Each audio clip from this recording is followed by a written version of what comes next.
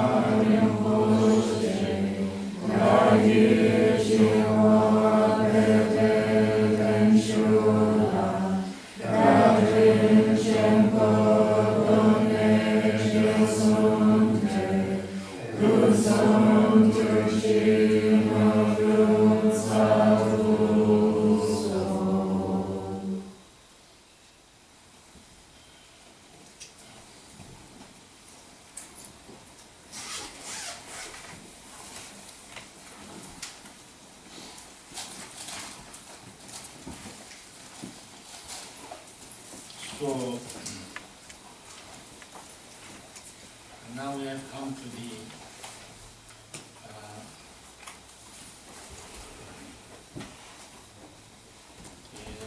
stanza number 24,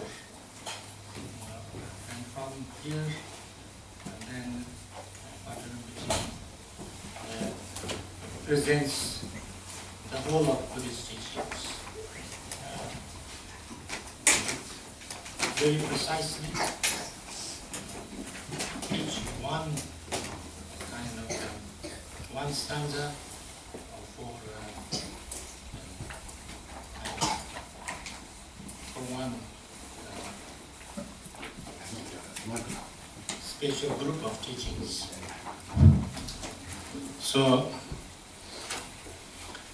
So like everything in Buddhism, it starts with refuge. So here it says, the only never-failing constant refuge is the three jewels. The three jewels' single essence is Jerezi. With total unshakable trust in his wisdom, convinced and decisive, recite the six-syllable mantra.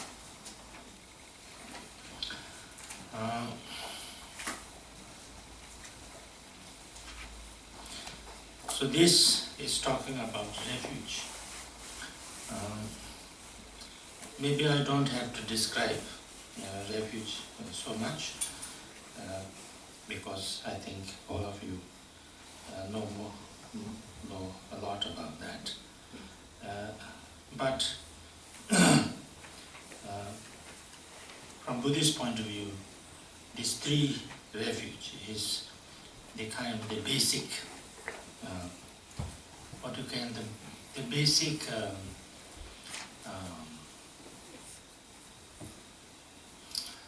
what can you say?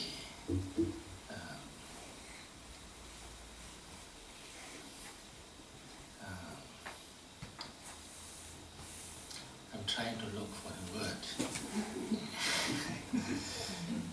The basic structure, the whole thing is included in these three refuge.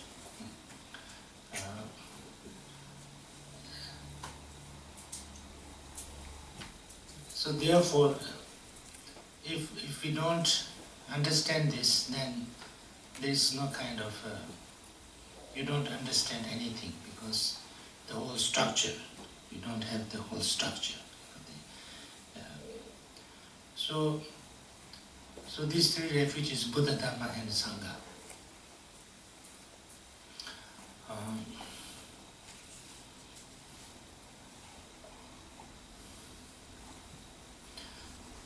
Now,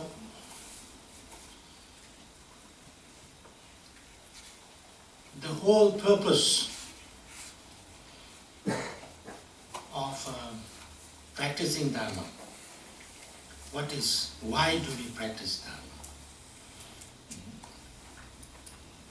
Is the first question.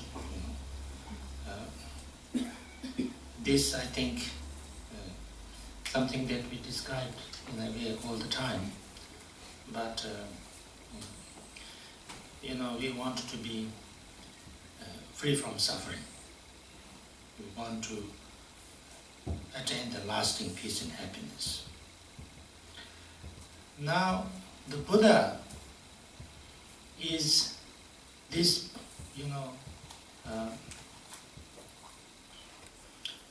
the possibility. The concept of Buddha is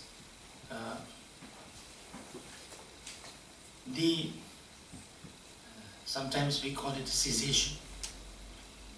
When we talk about 4 noble truths, then we talk about the result and the cause of the suffering, and the result and the cause of the freedom from suffering. This is 4 noble truths. The result is the suffering. Suffering means that unhappiness, pain, problems, all the kind of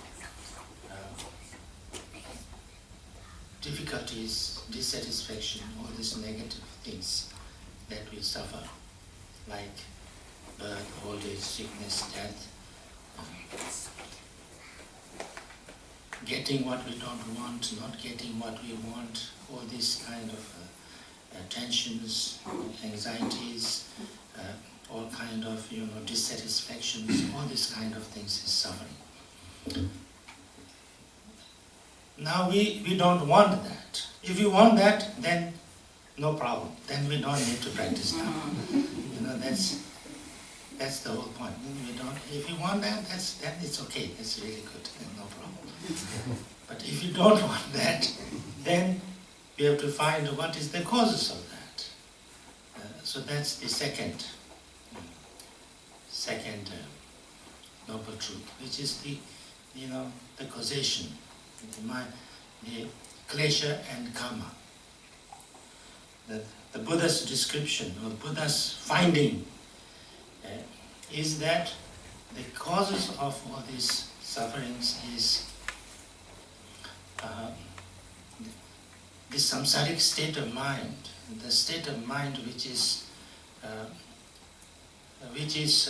first unclear, are not seeing things clearly, and then through that, all kind of wrong ways of reaction, which comes out as negative emotions and all other things. And that reinforces our habits and habitual tendencies. So therefore, even if we don't want to react in that way, we react in that way. And then that creates the whole chain of problems that we actually experience. Now that's the causes of suffering. But is there a possibility to be totally free from that and have the complete, complete peace, joy, and happiness?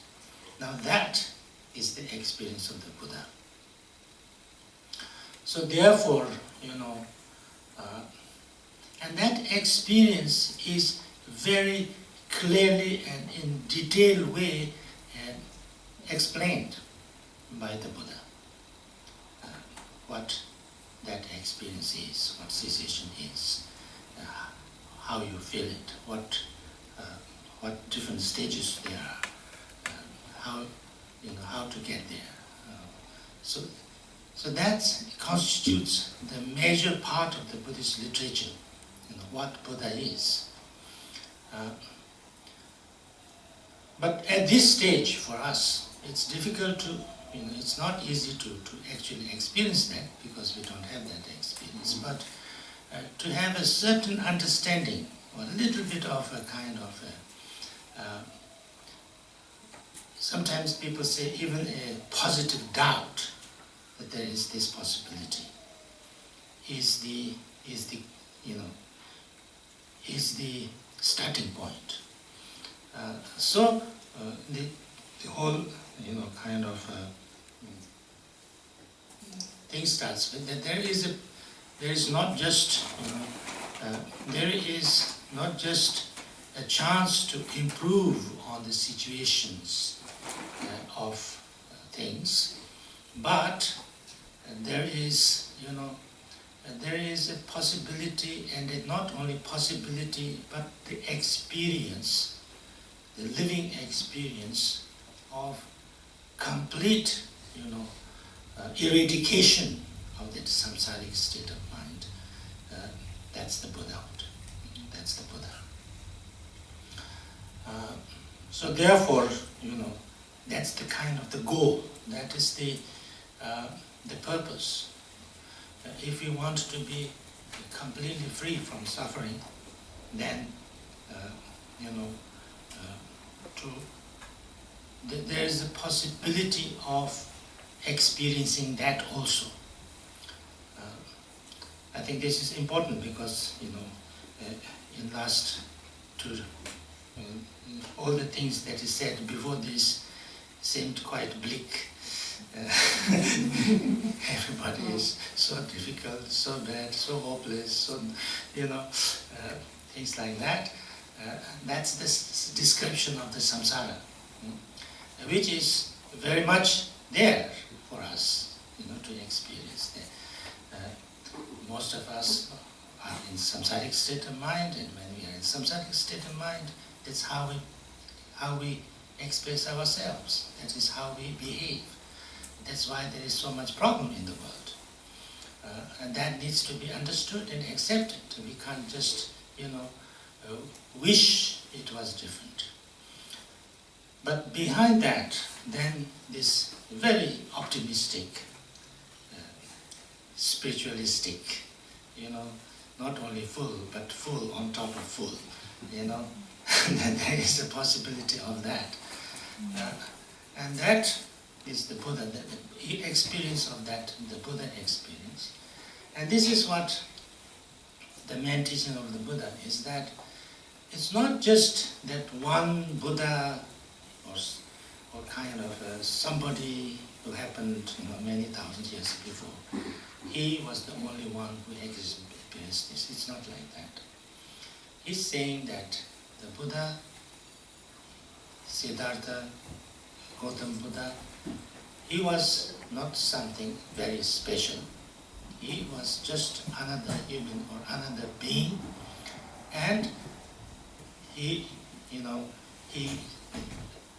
through his practice, through his wisdom, through his kind of purification, he brought out his own potentials of this experience and became Buddha.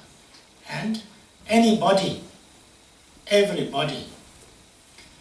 has that chance, that possibility, because that experience is not something completely, absent in us. That experience of the Buddhahood is actually the natural state of our, subtlest consciousness.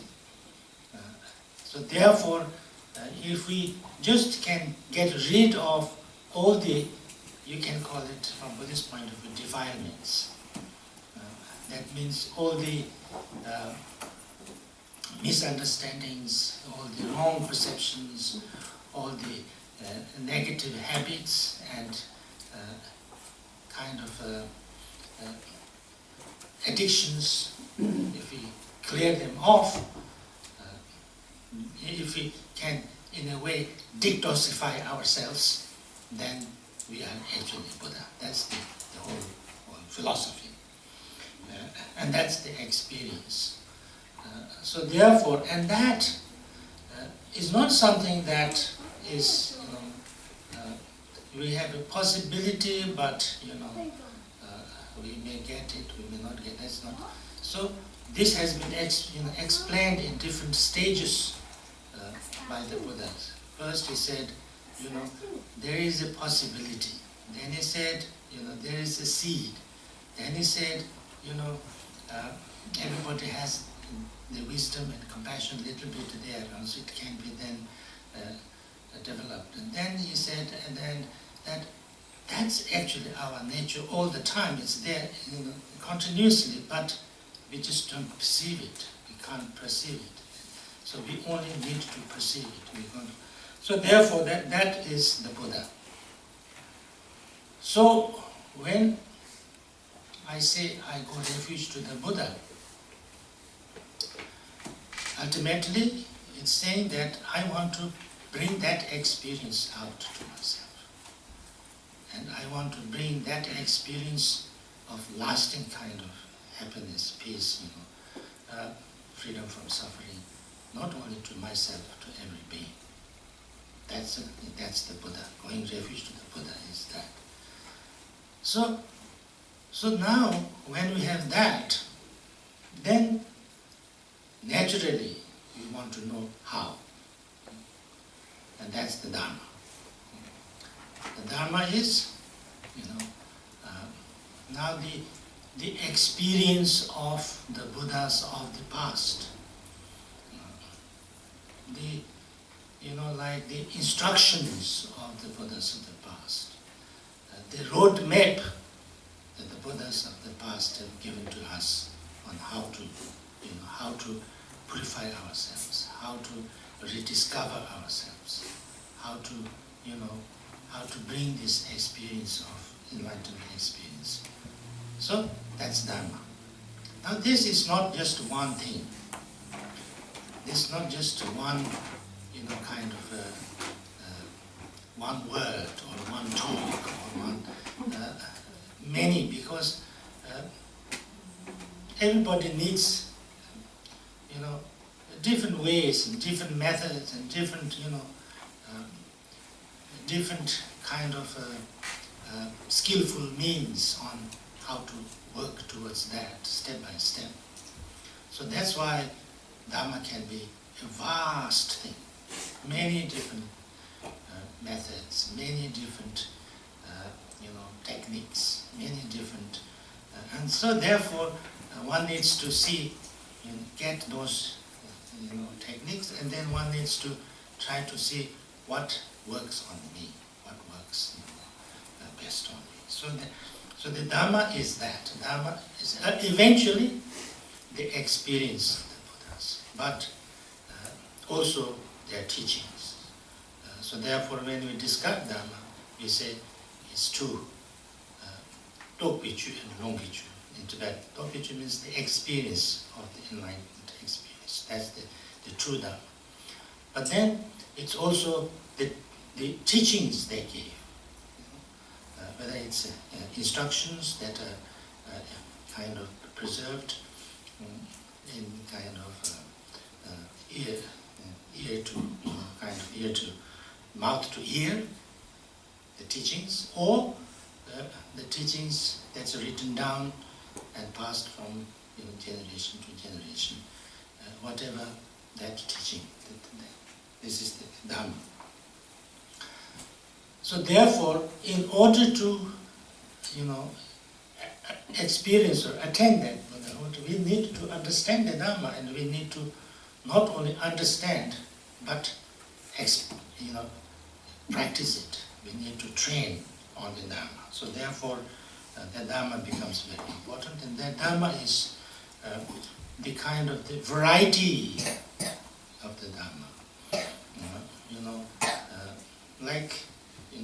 We have many different medicines because people suffer from different diseases. So therefore, we have also different kind of Dhamma teachings. So, and all these different Dhamma teachings, you can't say this is good and this is bad. You can't say this is the only one right and the rest is wrong. There can be many rights. This is very important. From this point of view, there can be lots of rights. It's not that one right and one wrong. It's not like that. Many rights, because this may work on me.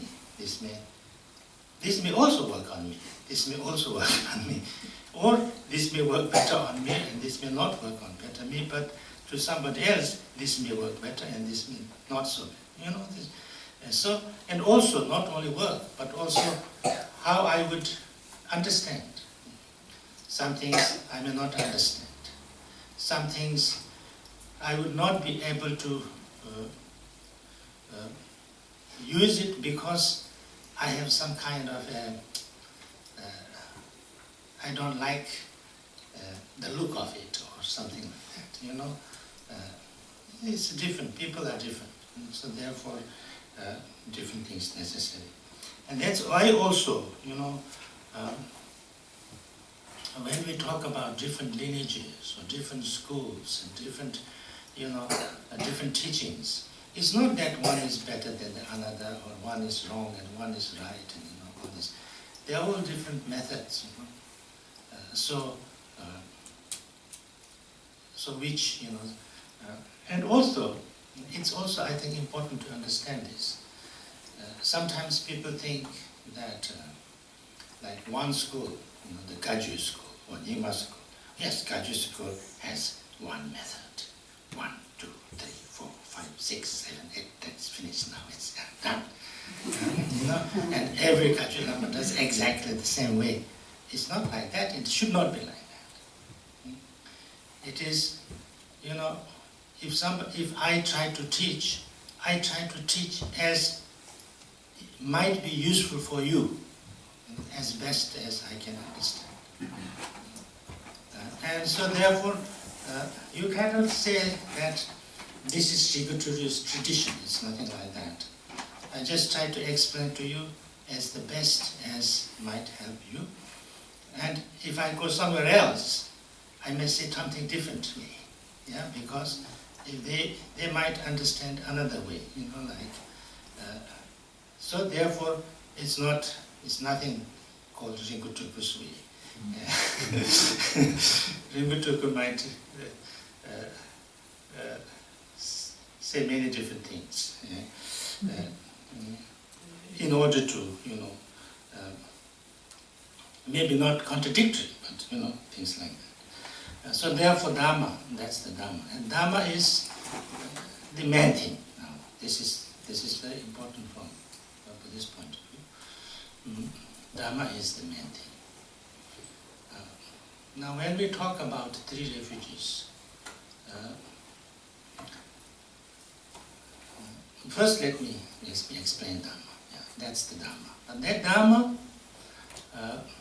we need to understand that Dharma and we need to use that Dharma, because otherwise it doesn't work. If Dharma remains in the books or remains in just a memory, then it doesn't work. It is something that we need to use on ourselves, integrate in our way of being. Because it's all about, Dharma is all about trying to see things clearly, trying to react in the right way, try to, transform our way of experiencing things. So therefore, if we don't do that, then it's no use. Even if we have all knowledge, that doesn't work. Then Sangha. Now, Sangha is the people who have the Dharma, who understand, who has the Dharma.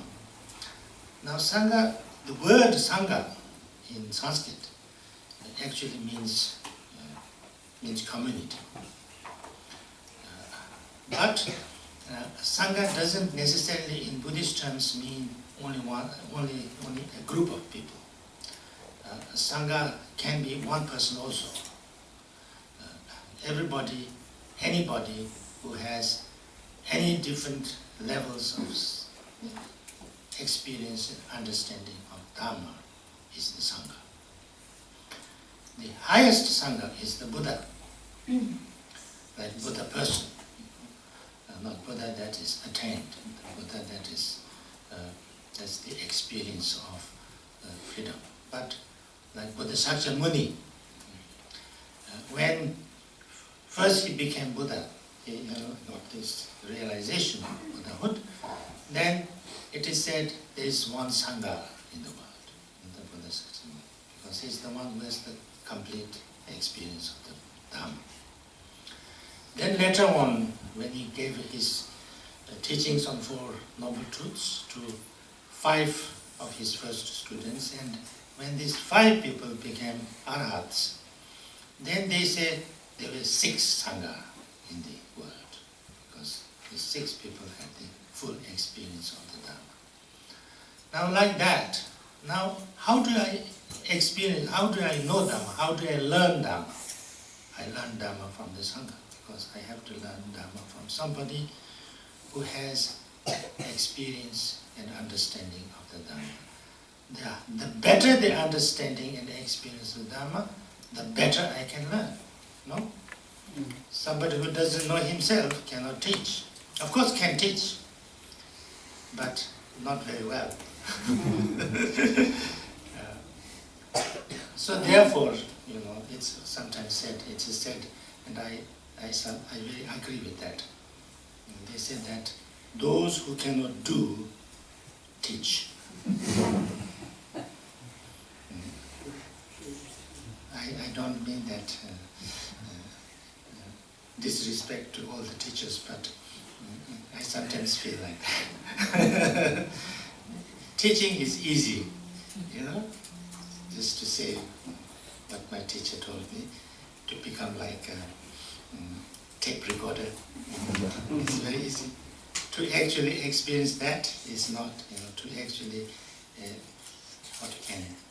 become, really experience and practice that is not easy. So therefore, like that, but Sangha is that. So if there is no Sangha, that means there is no Dhamma. So therefore, you cannot learn Dhamma. It's not possible. So therefore, Sangha is necessary to learn Dhamma. So when I say I go refuge to Sangha, eventually means that I am ready to receive the instructions of Dhamma and learn, not from only maybe from word by word, but also through their examples.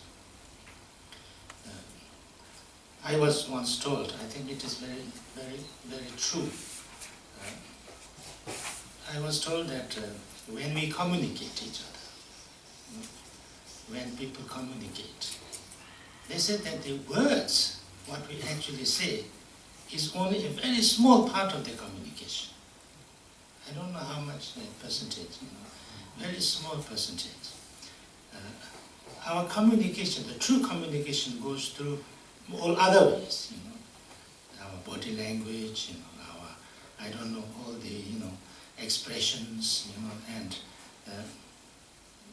even the voice, many different things, and how, how we are.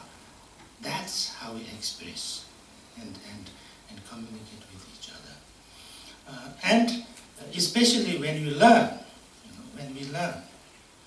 we don't learn much by what people tell us, no? Of course, my parents will always tell me what to do the right thing and not to do the wrong thing. Did we do exactly that way? I didn't do it.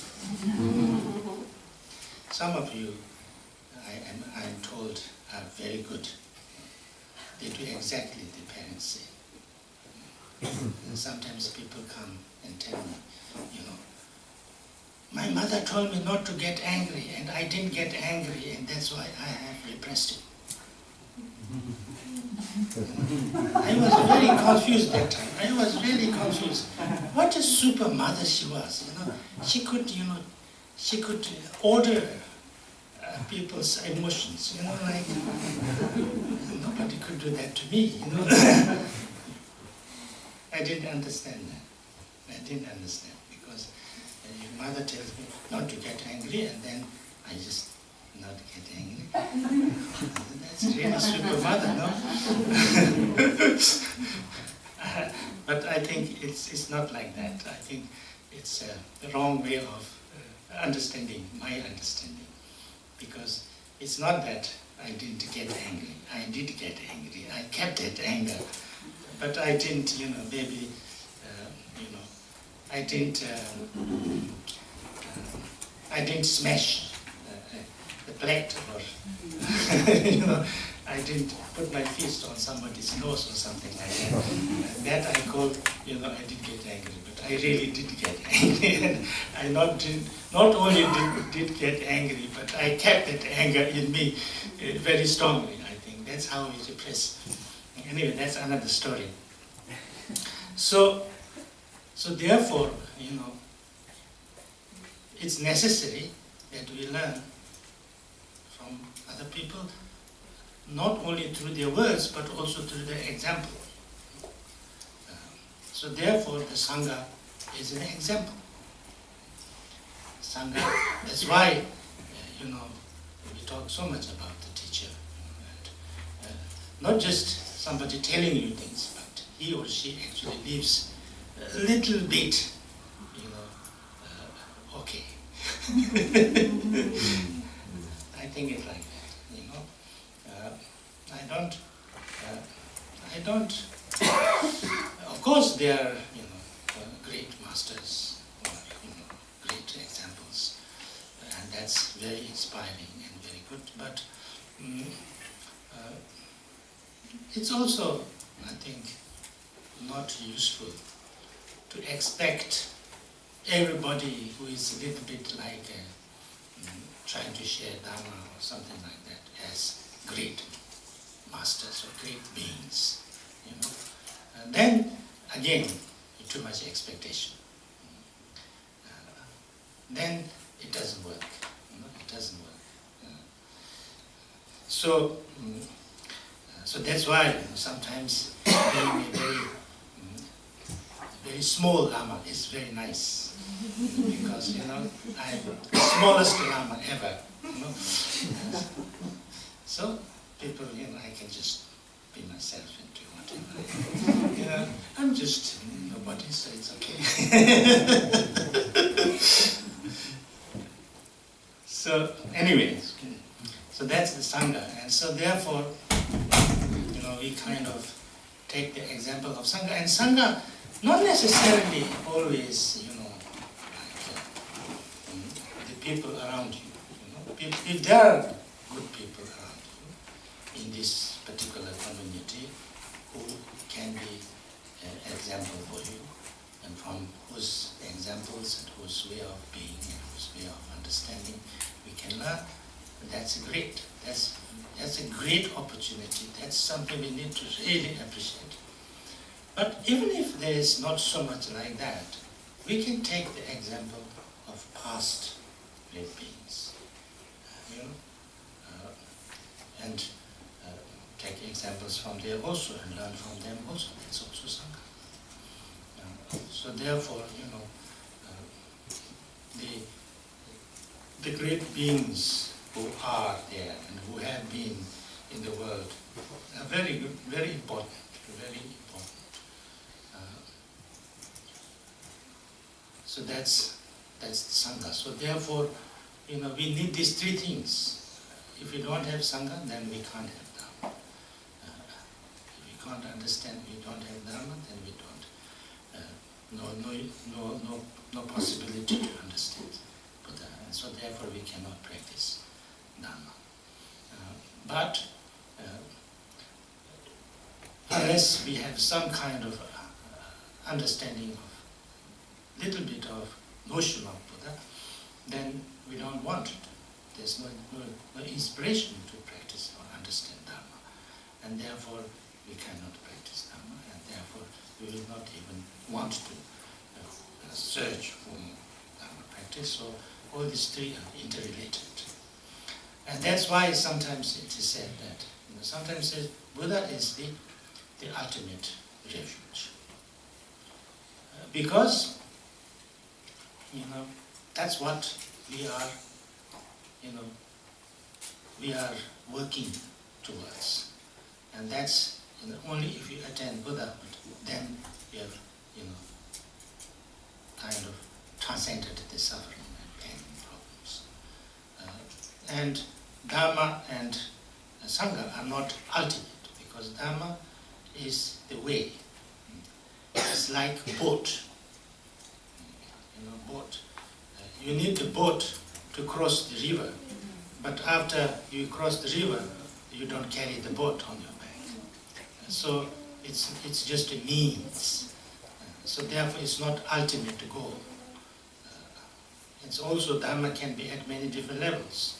It's a road, because from this place to this place to go, how to go is also Dharma, and to go from this place to this place is also Dharma, and this place to this place is also Dharma, and this place to the actual goal is also Dharma. So there is no, there can be many different levels and many different, so it's not an ultimate kind of a refuge. So the Sangha, Sangha is also like that. It's not, the Sangha can be not necessarily Buddhas, so therefore it's not ultimate refuge. But then they say, sometimes they say, and this is very important, this you have to understand very clearly, the Dharma is the most important refuge, they say, the actual refuge. Buddha is the ultimate refuge, but Dharma is the, actual refuge. What do you mean by that? This is because, Buddha is the kind of the goal, the actual experience that you are trying to train for. But in order to do that, what you have to do? It's not just, Buddha, please save me. It's not working. Because there's a quotation. The Buddha himself said that the Buddhas cannot take away the negativity of people with his hands. The Buddha cannot wash away the sufferings of the people with water. The Buddha cannot, pour in his wisdom and compassion or experience on somebody's, cannot kind of, now, open your mouth. It's not like that, cannot. He can only help you through showing the truth. So therefore, it's something that we need to learn. We need to experience ourselves, because the problem is not there in a way. The problem is our perception, the way we see things, the way we experience. So, the way we experience, see, is only I can change. So therefore, one has to do it themselves. So therefore, that's the Dharma. The Buddha can only teach us and show us the direction. Even Buddha can do that. And then we have to work on it. So therefore, the Dharma is the main refuge, the main practice. So that's why say that the Dharma is the actual refuge. But then sometimes it says that Sangha is very important also, because the Dharma, without Sangha there is no Dharma, and then we need the source of the Dharma. So therefore these three things are important. But now here what he's saying is that you can also find Buddha, Dharma and Sangha in one thing. Like in the Buddha Sakyamuni, you could find Buddha, Dharma and Sangha also. Because he is Buddha, his experience is enlightened, So his mind is Buddha. Sometimes you say it like that, the mind is the Buddha, speech is the Dharma, and body is the Sangha. So, that enlightened being is then Buddha in the heart, in the experience, his own experience. And therefore, what he or she teaches is the Dharma. And there's his kind of body or his presence. If he didn't have this body particularly, I would not be able to be in contact. So therefore his body, his presence, his living kind of human existence is the Sangha.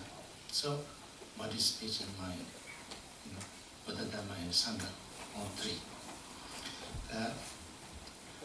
So in the same way, here it says, I can also say the Avalokiteshvara is also body, speech and mind. Is itself all three refuges. So therefore it says,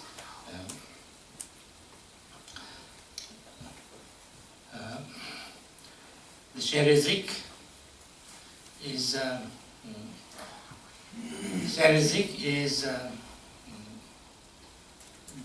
the, in one way, you can say,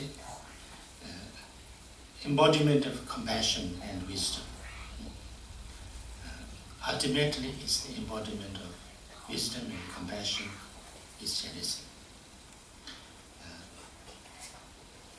Or mythologically or historically or whatever you call it, it's a great being, Bodhisattva, who made this promise to not even get enlightened unless and until he helps all the beings to become enlightened first.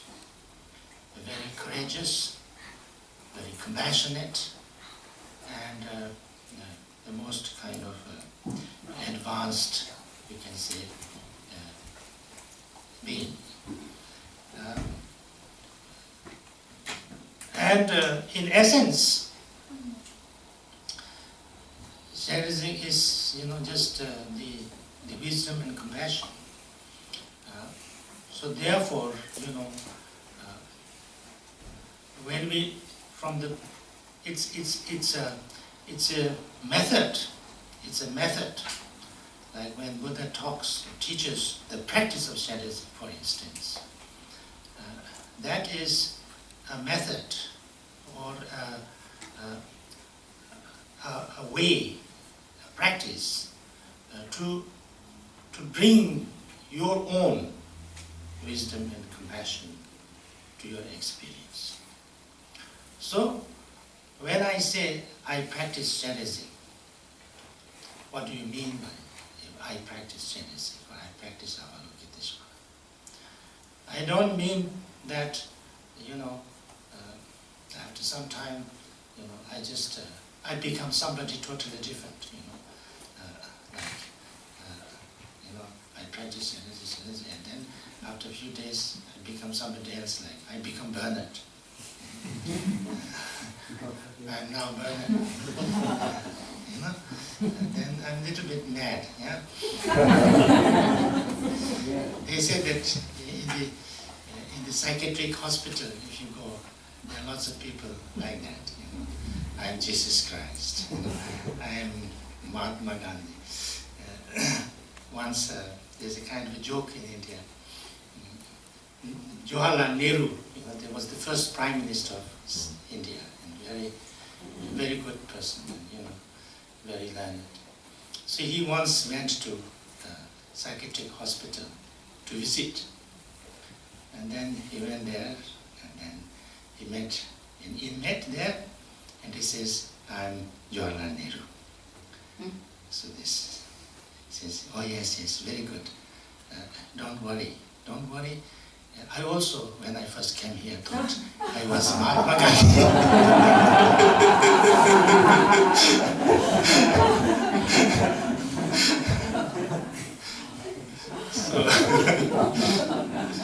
So it was, so he didn't think that he was really Mahatma Gandhi. I think many people came saying, Joan, so, but, to kind of accomplish the practice of Shenrezig is that I bring out my, ultimate nature of Shenrezig, which is, or Buddhahood, you can call it the same thing. So that my own, compassion, wisdom, natural joy and happiness and peace, I can actually experience, like same as Shenrezig, same as Buddha, same as anybody who's enlightened, and then I can say I've accomplished Shenrezig practice. Yeah. So therefore, that's why he said that the three jewels are there. So therefore, now here it is. They're always different. I said in different stages, different ways. They are also a devotional way. There is also understanding, experiential way. Now Buddhism is very open thing. It's very, what can you say? It's very broad way. So you can take anything. You can take the very, because those who can understand things, then you teach them, you tell them, you explain to them, the actual ultimate truth and things like that, how to understand. And then the more you understand clearly, the more, the experience becomes stronger, and then you can really understand and practice. That's the true practice. That's the ultimate practice. We need to do it through understanding. But that is not an easy path. Lots of people are a little bit,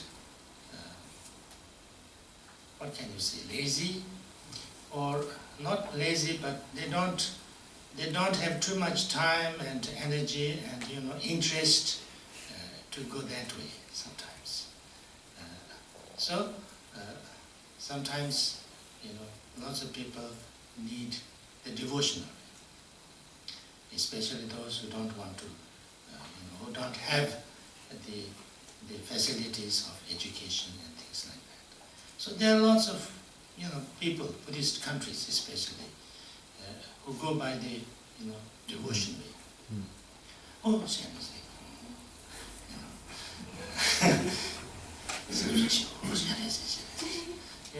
The devotion. Now that is also, you can't say is totally useless. You can't say totally useless. It's when you kind of think about, when you pray to, when you kind of have a certain kind of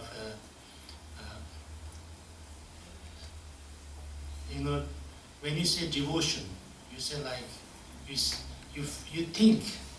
When you say a Buddha or a great Bodhisattva, you immediately feel he or she is somebody who has great wisdom, great compassion, and great healing or helping energy. So therefore, it's something quite positive thing, and we always need to, this is very human, maybe not only human, but very human, that when we are in danger, when we are frightened, we want to calls somebody who is more powerful than more. That's how most of the religions come from. So therefore, that element is used here also.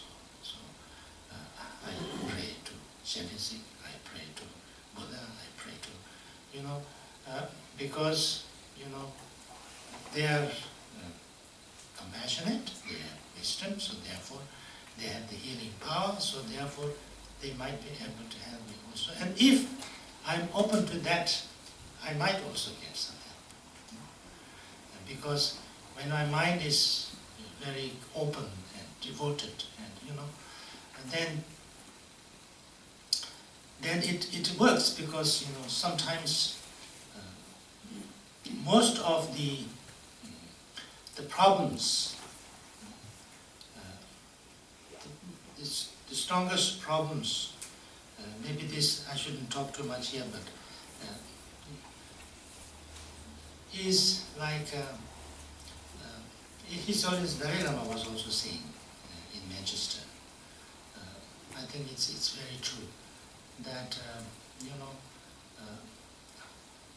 when somebody like totally, what can you say, is devoted and praying and submitting himself to like a God or something like that, then what is he doing is that you are, you are somehow lessening your ego.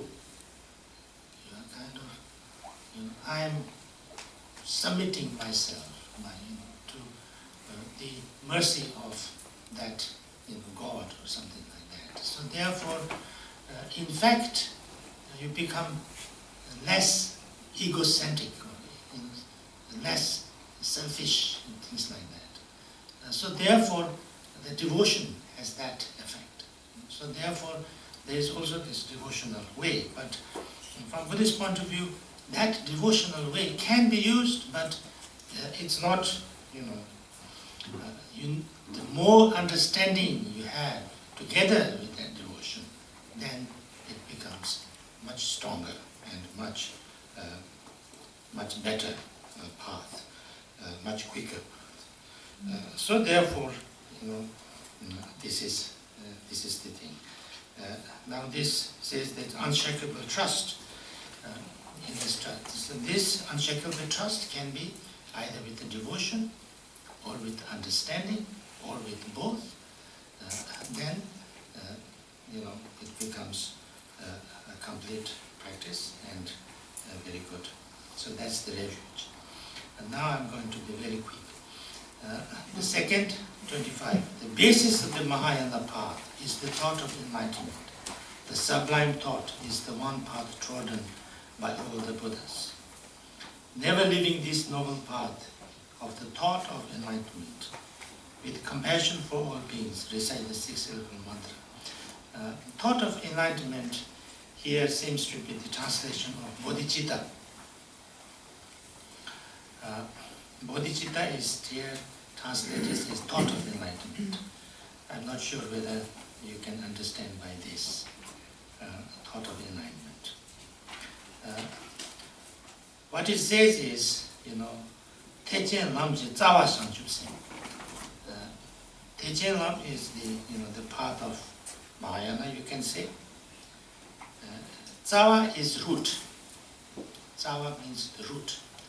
The root of the path of the Mahayana is bodhicitta, Shangchu Sen.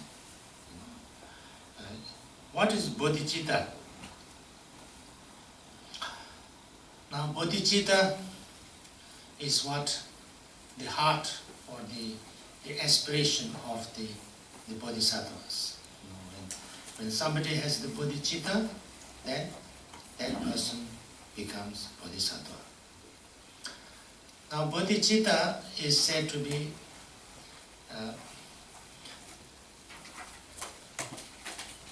an aspiration. Is an aspiration. I think you can say that. A state of mind with two prongs, you can say. One prong from directed to the compassion. That's called bodhicitta. Now what do I mean by that? It means that, in short, you say, if I have this feeling, or if I say that, I would like to bring lasting peace and happiness, the perfect enlightenment to all the sentient beings. That's bodhicitta. Now, where are these two prongs? The first is that I want to bring the perfect enlightenment, or the lasting peace and happiness. That's the wisdom part. Because I have some acceptance or understanding that, there is a possibility to have time, to have the possibility to experience this, to experience this state of being where it's completely free from any suffering and it's lasting peace and happiness. That experience, the Buddha experience, the enlightened experience, the lasting peace and happiness experience, that to have some understanding or acceptance of that, that is the wisdom part. Now the second part is that I want to bring all sentient beings there. That's the compassion part. It's not only I want to have that experience myself and nobody else. It's not like that. It's not that I want to bring that experience or help bring that experience to my dear and near ones. Not like that. It's not that I want to bring that to only the Irish people. Not like that. Not that I'm going to bring that to only Catholics, or Catholic Buddhists.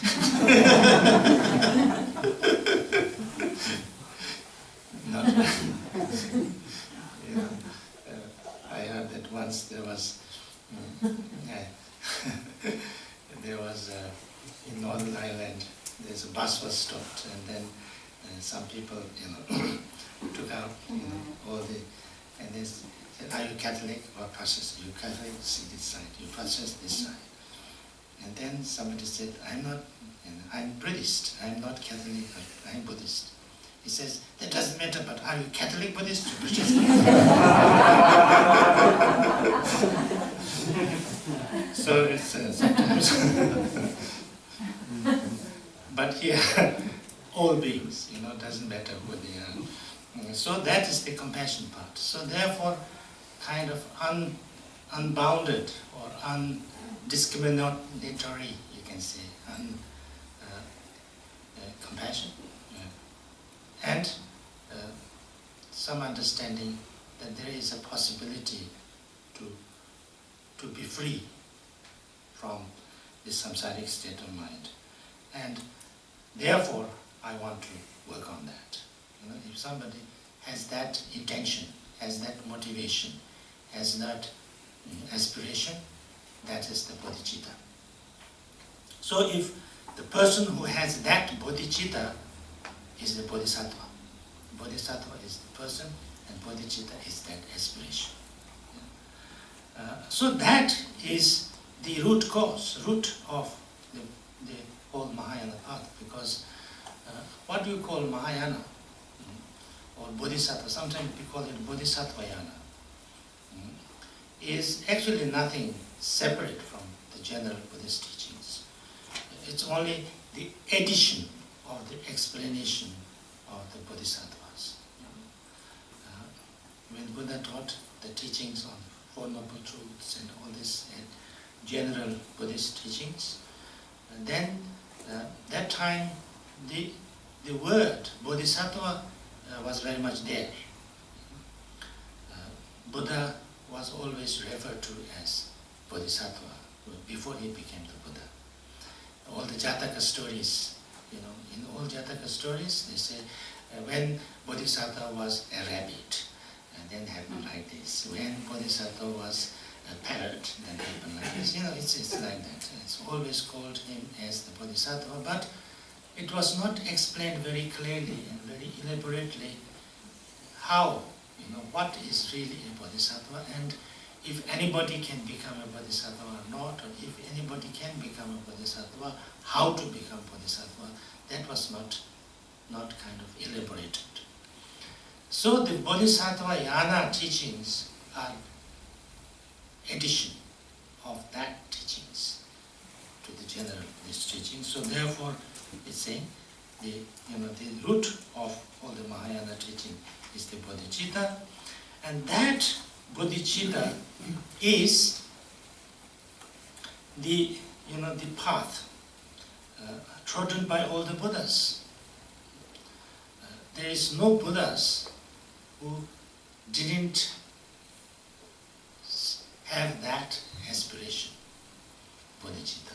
So, if you want to become Buddha, if you want to bring your own, kind of Buddha nature, you need to work on this bodhicitta. You need to follow by the path of the bodhicitta. So, never leaving this noble path of bodhicitta, with compassion for all beings, recite the 6 syllable mantra. So, if you just have that intention or motivation, that I really want to, my whole purpose of life is, I want to bring lasting peace and happiness to all the sentient beings, and I need to find ways and means on how to do that. I'll try to work towards that from now onwards. If really somebody thinks like that and acts like that and kind of carries his life in this way, he's become a bodhisattva. Even if he didn't know too much about Buddhism, or he was not himself calling himself a Buddhist, doesn't matter, he's a bodhisattva. And so therefore, if you don't do anything but with that intention, you just recite Om Mani Padme Hum, that's how he says. That's good, that's almost enough. So he says, with compassion for all beings, recite the 6 syllable mantra.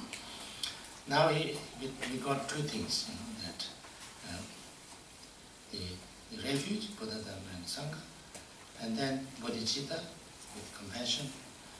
Now these 2 things actually, now if you really understand these 2 things and then act accordingly, we are quite a good Buddhist, very good Buddhist, a very good practitioner.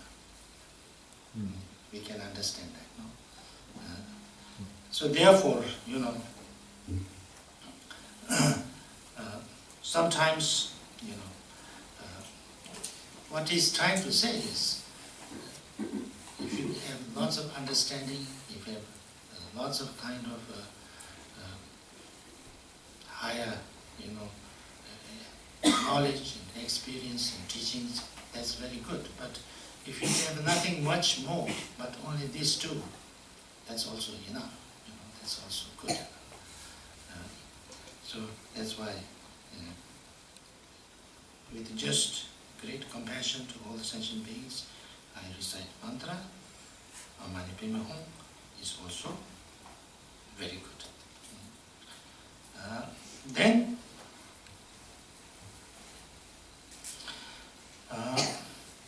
wandering in samsara from beginningless time until now, whatever you have done was wrong will lead to further wandering. From your heart knowledge, all wrongdoing and downfalls, and confessing them, with the 4 power complete, recite the 6 syllable mantra.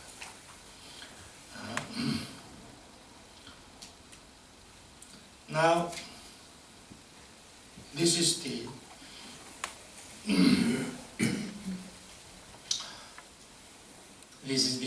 understanding that we have this samsaric state of mind, and we also have the Buddha nature. now people sometimes ask, how and when did I become samsaric? Now this is, I think, important to understand. It's not saying that one day, long time ago, you were a Buddha, and then somehow you got lost and then you became samsaric. That's not saying it. It's not saying like that. It's saying that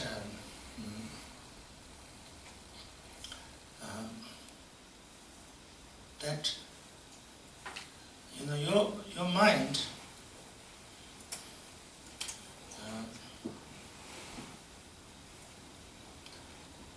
the way your mind is, the way your consciousness is same to that of the Buddha. So therefore, you have full potential to be enlightened. But you never realize that. You never, from the beginning, never realize that. You always yourself as a little bit stupid. Or, you always kind of unclear. What can you say? You never knew what you are. You never learned how to see yourself clearly. So therefore they say that the ignorance has no beginning. Ignorance has no beginning. It's like when you say ignorance has no beginning, I think I sometimes give this example, and I think it works sometimes.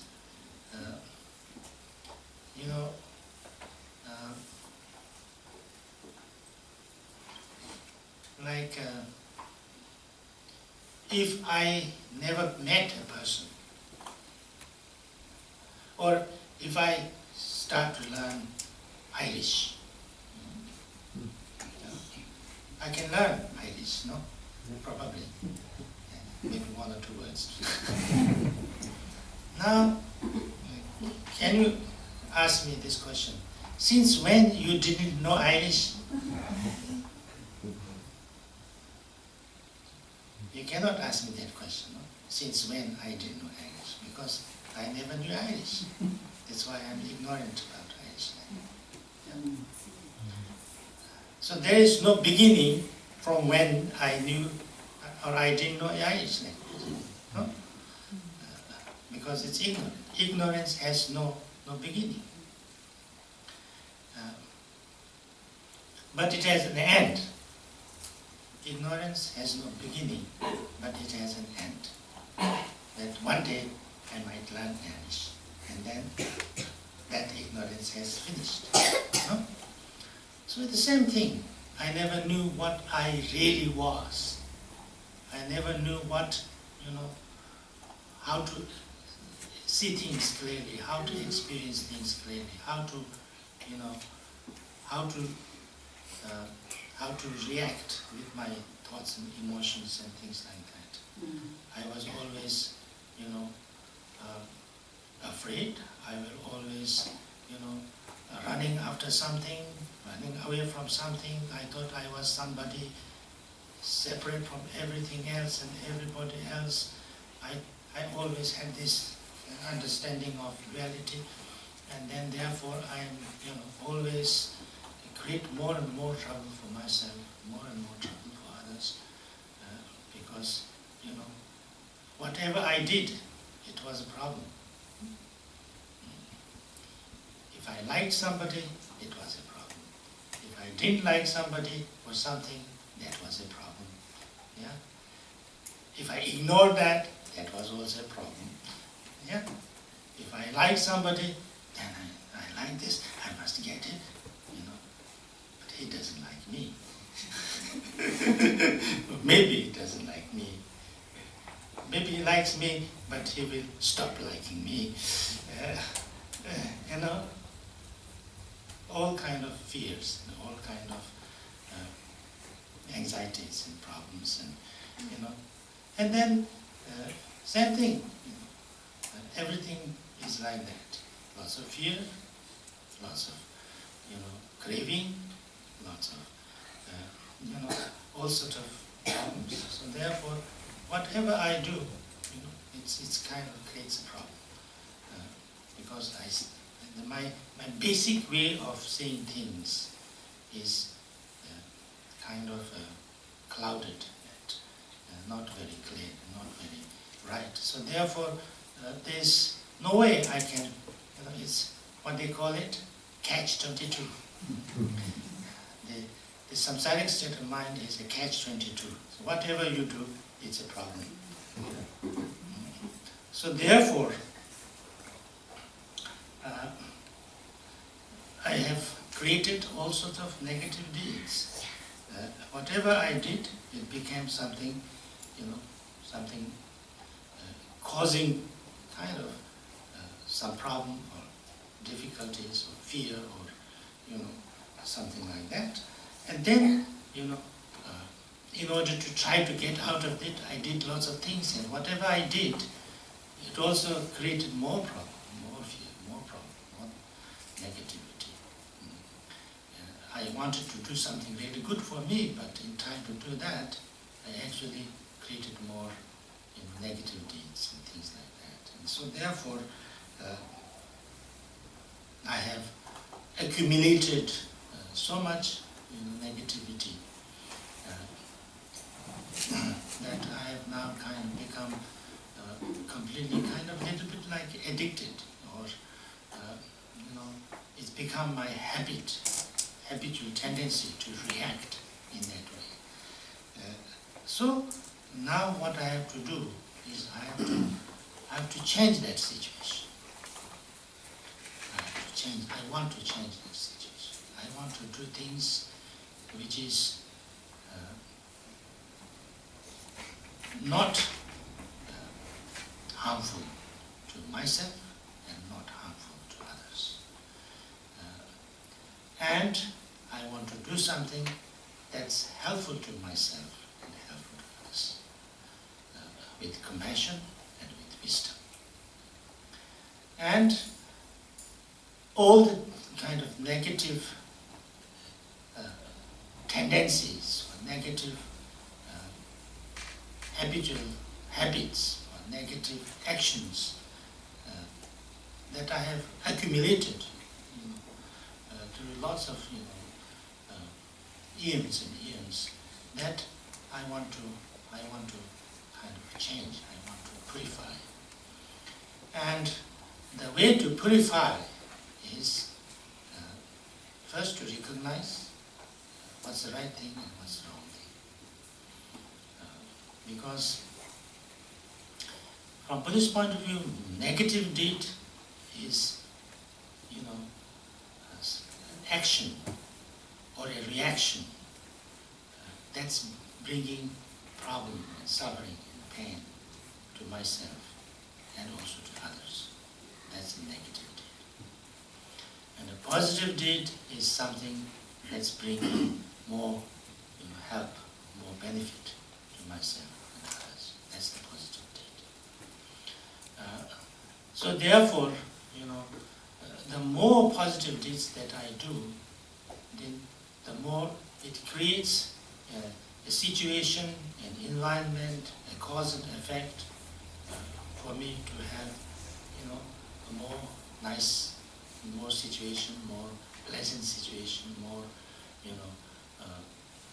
kind of a positive experience for myself, and the more, and also the kind of strength and the knowledge to help others.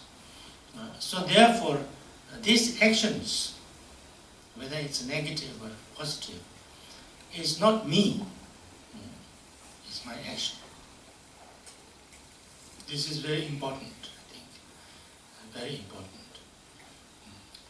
I could have done all negative deeds, many negative deeds, but that doesn't make me a negative person. I can, if I start to do positive things, I become a positive person. So therefore, these are just actions, and therefore they have effects on me and effects on others, but it doesn't make me, kind of totally bad or totally, So therefore, there is a possibility to change. That's called purification. The purification. There's the possibility of purification. Is a very important thing in Buddhism. Therefore, they say that there's not much positive side to the negative deeds, but one very positive side, and that is that it can be purified. So there's no negative action, no negative karma, no negative, emotion that cannot be purified. So that's the positive side of the negative deeds. And that is why, when the English translators, the Buddhist translators were using, trying to choose words for this, Digpa or Migewa, the English word for that negative. They use not sin. Most of them don't use sin, but they use the word negative deed. Some use sin also, but not many. Because they were thinking that they told me, some people in India they use sin. In India, because they don't understand the culture, so they use sect, they use sin, they say like Gaju sect, Nima sect, like that, Buddhist sect, and then we all used sect. I thought that was just like, one order. But then later on, because it was used by the Krishna missionaries, but they don't use sect by themselves. They were using order. So why? Yeah. Then later on, only I understood. That sect is a bad word. I don't know. Maybe in the history, maybe earlier it was not a bad word, but now it's a bad word because it is. I'm told, maybe it's true. It is a group or a person or group of people who kind of who gone away from the mainstream. The sect is some group who is kind of a little bit revolted and kind of gone away from the mainstream. So it's, a Christian sect is not part of the mainstream Christianity, for instance, or the Catholic sect is not a main. But Tibetan order is not like that. The sects are completely mainstream. There's no Tibetan Buddhism other than Gaji, Nima, Sasha, and Gelu. So, but they are called sects. And even like great Buddhist scholars like what's his name? American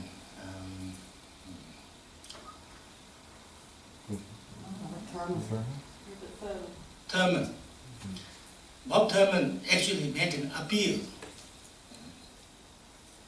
in India. He made an appeal to all not to use the word sect.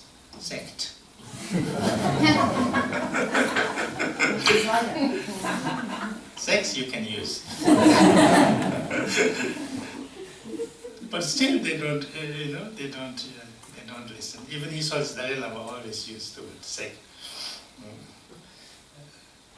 I think maybe nobody told him, or I don't know how. But anyway, so these are kind of, so they use sin also, and things like that. But many Western translators don't use the word sin because they feel that it could mean something like, very, very kind of, you have seen, now you are condemned and finished, kind of that. So therefore, now the whole practice in Buddhism is to purify. Because they say that, the enlightenment, the result of Buddhahood, is not something that you get from outside, that you get what you don't have, but you discover what you already had. They call it Traltop. Tral means, top means get. You get by uncovering. Enlightenment is a result that you get by throwing away the things that is kind of obscuring it. So it's a result of not getting something that you didn't have, or developing something that you didn't develop much, but it is uncovering. And if you take off all the things that is that's obscuring it, then you have it. So that's why the whole thing to do is to purify. The more you purify, the clearer it becomes. Then it's totally purified, then it's there. You don't have to do anything you don't have to get anything from there. You don't have to add anything there. You don't even have to develop anything. It's just there completely. That's why sometimes the image, example given is like the golden image of a Buddha wrapped in a dirty cloth and thrown in a corner of a dirty room. So you don't know where it is. You don't know what is there. It's all dirty, and everything is all scattered and things like that. So then that cloth is there. Oh, that's very. I don't want to touch this. Put it in the what do you call it? Dustbin and things like that. But then, if you really cared to look at it and take it off, then there's completely shining golden Buddha. It's already there. That's the image. Another image is a lamp, a shining, kind of burning lamp inside a pot.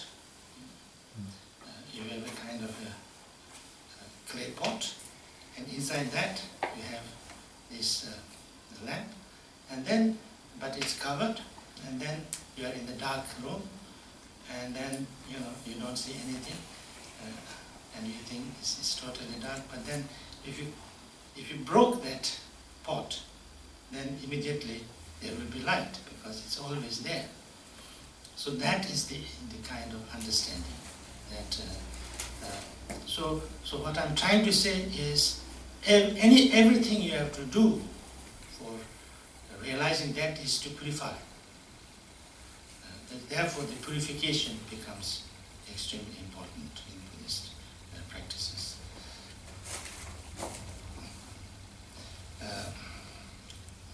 And then, now to purification. Here again, confession. He says, wandering in samsara from beginner's time until now, whatever you have done was wrong and will lead to further wandering. From your heart, acknowledge all wrongdoing and downfalls, and confessing them with the four powers complete to recite the six elephant mantra. This japa is not confessing. I think japa is purification. Confession is maybe a very small part of that. Because confession, as I understand, is to declare a negative deed that you have done. No? That's confession. that I was keeping it secret, I was not telling anybody, and now I tell. That's confession, no? But here it is not that. Here it is, that I want to let go of that. I want to get rid of that. I want to do something to, first I acknowledge, yes, I confess also, to myself at least, there are lots of these negative things there, negative emotions are there, negative actions are there, negative habitual tendencies are there, all these things are there. So now I need to, I don't want to act in that way. I don't want to act in that way. So therefore,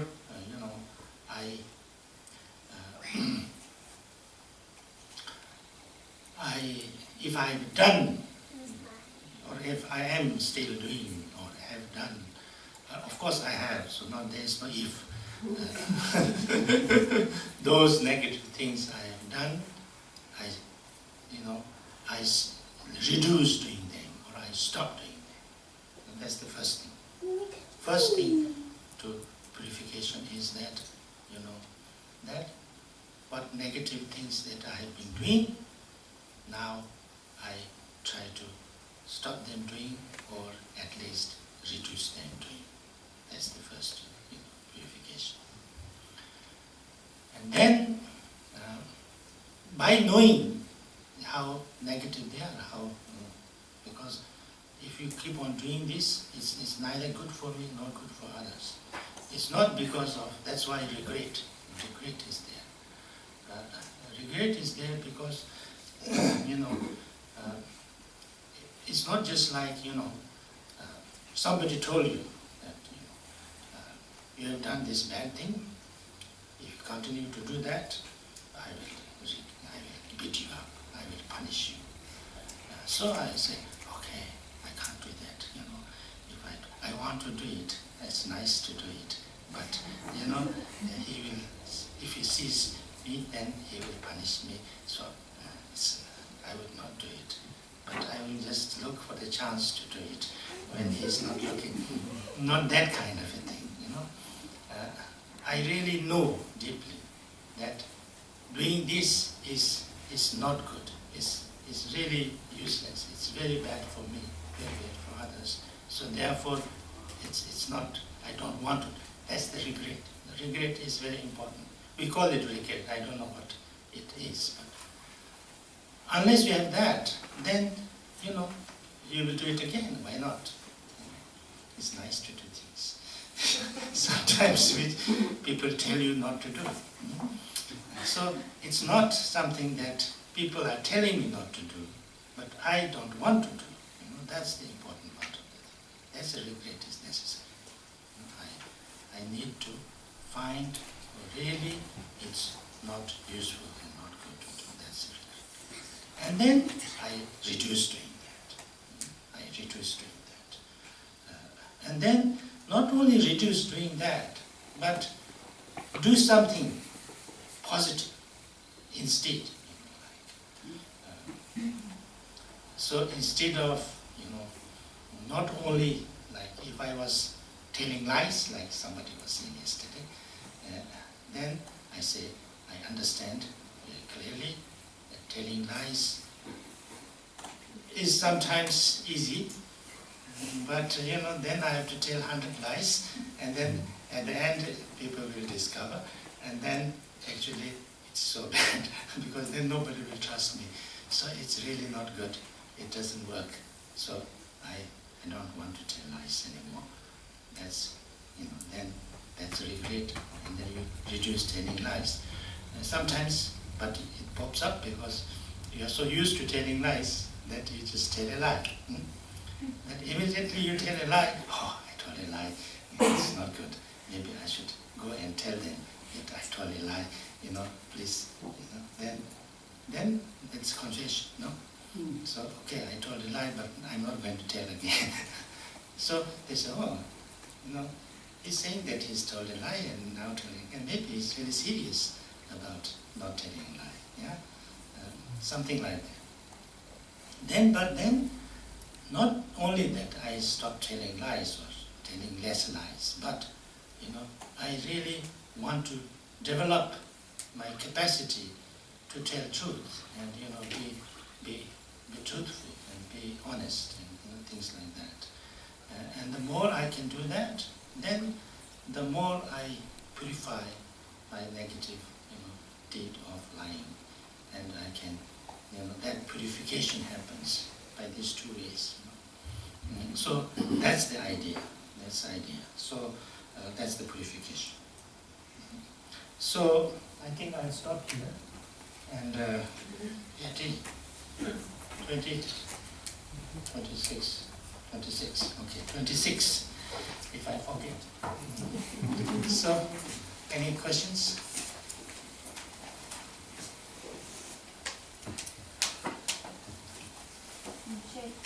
When you said ignorance has no beginning, but it has an end, and you know the way that we've lived 100,000 different lives in different forms, in different worlds, and everything like that, which I find it very, very interesting. Could it be possible that we were kind of near to enlightenment, some of us I'm not talking about myself now, but talking in general, right? In different lives, and we kind of messed up and then lost our merit and stuff, and then we gained new ignorances. Does that make sense?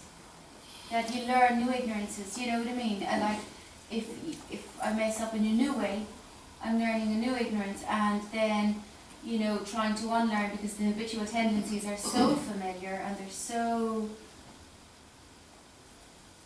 so the original ignorance maybe has no beginning, but can we learn? Am I making sense? Yeah, I think so.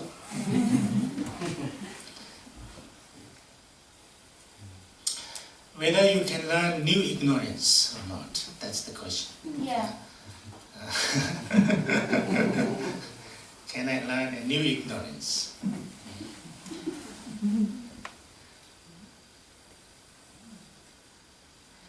You can accumulate a kind of new habit or new negative habit maybe, but I don't think you can learn a new ignorance, because how can you learn a new ignorance?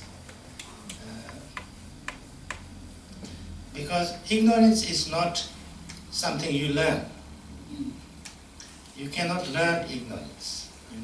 You only unlearn ignorance. Yeah. Because ignorance is not like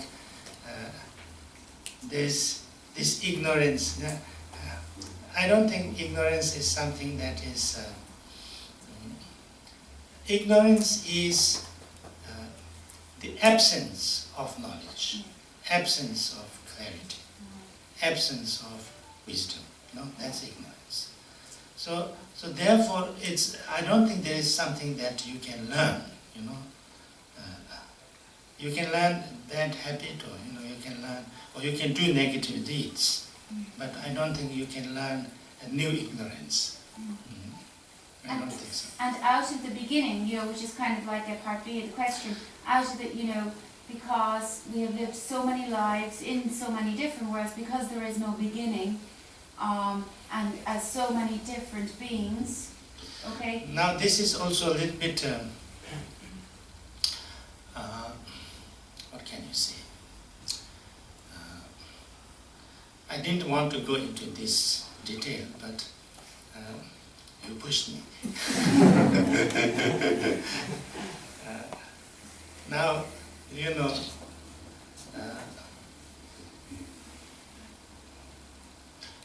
we can say that, we lived so many lifetimes and we lived so many. In one way, it's true. But in another way, where is me who lived all these lives, So it's not like what is it that lived all these lives? Then you can't find anything. So therefore, there is also, if you go deep into the Buddhist way of understanding things, then this kind of, it's very, what can you say? You lived relatively, relatively, or many lives, but in fact, what is it that lived? So there is no kind of, no concrete thing, it's you can't say you didn't live at all, but which you, yeah, because it's all changing every moment. And even ignorance is, it's kind of every moment. This moment, because I don't see things clearly, that's why I become ignorant. I am ignorant. It's not that there's ignorance coming from all the time. It's not like that. It's every moment that it's not clear. So that's why. So therefore, it's because we only can, we have this concept of saying like one thing, a continuum. When I was, 100 lives before, when I was 100,000 years before, like this. In a way it is, but in a way it is not. That's why, even me now and my last life, is it one or same or both, different? You cannot say exactly the same thing. Even me now and next moment, you can say, is it really one or is it different? It's not totally one. It's just a continuum. So therefore, that's why we, this the example of milk and yogurt, the continuum. Continuum is said to be like milk and yogurt. Now, milk and yogurt, is it same? No. Milk is milk and yogurt is yogurt. No. But the essence is the same. Is that it? What essence is same? Which The essence of the milk and the yogurt are the same. Which one? I don't know. Milk, when it's milk, it's sweet, it's liquid, very liquid, and it's a different chemistry, different. And when it becomes yogurt, it's another thing. It's sour, it tastes different, it looks different, it's a different thing, But without the milk, you can have yogurt, and without, and yogurt is not really milk. But when there's yogurt, there's no milk, and when there's milk, there's no yogurt, So that's what we call the, the continuum. So you can't say it's totally different, but you can't say it's totally same also. It's two different things. So in the same way, me now and me past is also like that. You can't say totally it's same thing. You can't say it's totally different thing. But it's a continuum. So it's relatively there, but ultimately, if you look, there's really nothing. Yeah, which is there's no essence, which is this is the essence, like nothing. So therefore, that's the idea. That's the understanding. So in fact, there's nothing to purify also. There's nothing much to purify. If you realize the truth, the way you are at this moment, in a way you are purified. Yeah? So therefore, sometimes this is also very important to understand. So the highest purification is actually to really see clearly there's nothing to purify. And nothing to purify off, and nothing there to be purified. Yeah? So when you really understand that, then you know what you are. And you know that I am a very strange thing. It's almost nothing. Yeah?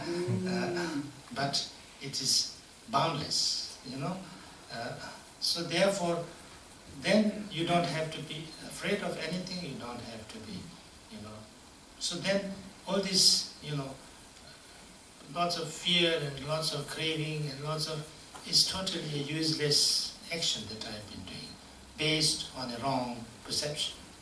So when that understanding becomes extremely clear, then you are in peace. So this kind of, but these things may become later. Now we are just in the beginning.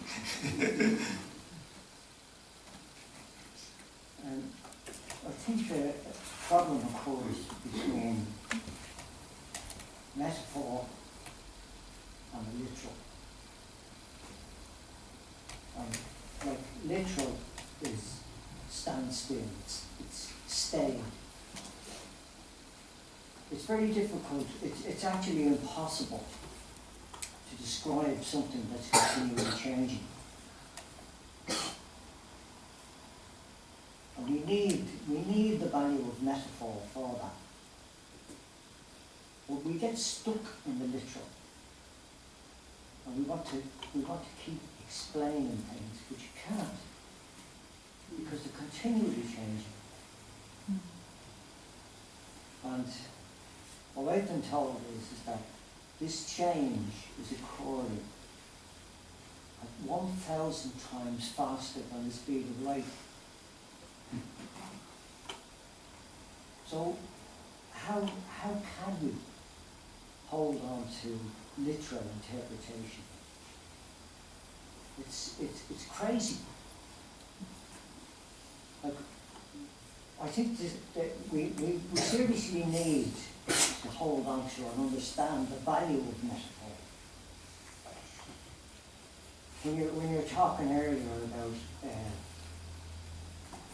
the bodhisattva, bodhicitta, devotion, that's all. It's probably what Ringu Tulku means when he says 4 parts without 3. It's like talking about bodhisattva. The word holy, H-O-L-Y, comes from the word whole, W-H-O-L-E. But when something is whole, complete, and if you're complete, it's nothing that you want, it's nothing that you need. And if you are whole, I think that that's what the chief is. Yeah. Because you don't have to go out looking for things to do or people to help. If you're complete and you don't want anything, there's no disturbance from you. And that's an absolute benefit. Sure. So it's all got to be understood in here, in this heart and soul or sacred zone, which we all have. We're all. I mean, the advances in science is fantastic. Like we talk about DNA, it illustrates to us. It gives us. I think it gives us a very practical insight and understanding to Dharma. True. Bernard is very, he's, I have learned a lot from him over the years. He's very, he's very original. He comes from his heart, and he thinks on his own, and it's very interesting. We all should learn from him. I get a lot of disagreement. Well, the people can debate. Yeah, it's okay. That's okay. It's okay. But really, it's he talks from his heart. I mean, Patrul Rinpoche, what we're studying here now, he's talking about simplicity. And you're doing very well yourself, so you're bringing up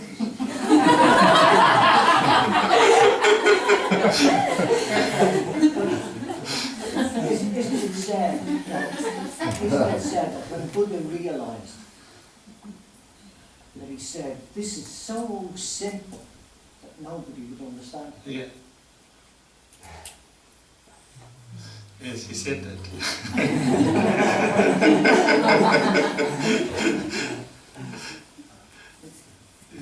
No, I mean, then there's 84,000 different dharmas.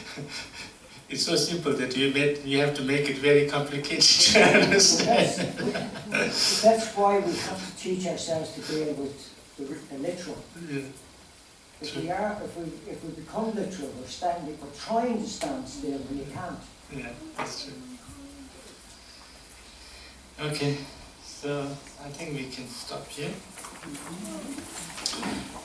Sunamdi tamje jivani kone nibe dhamma aji Shega naji wala tuba Subi sole roa roa sho.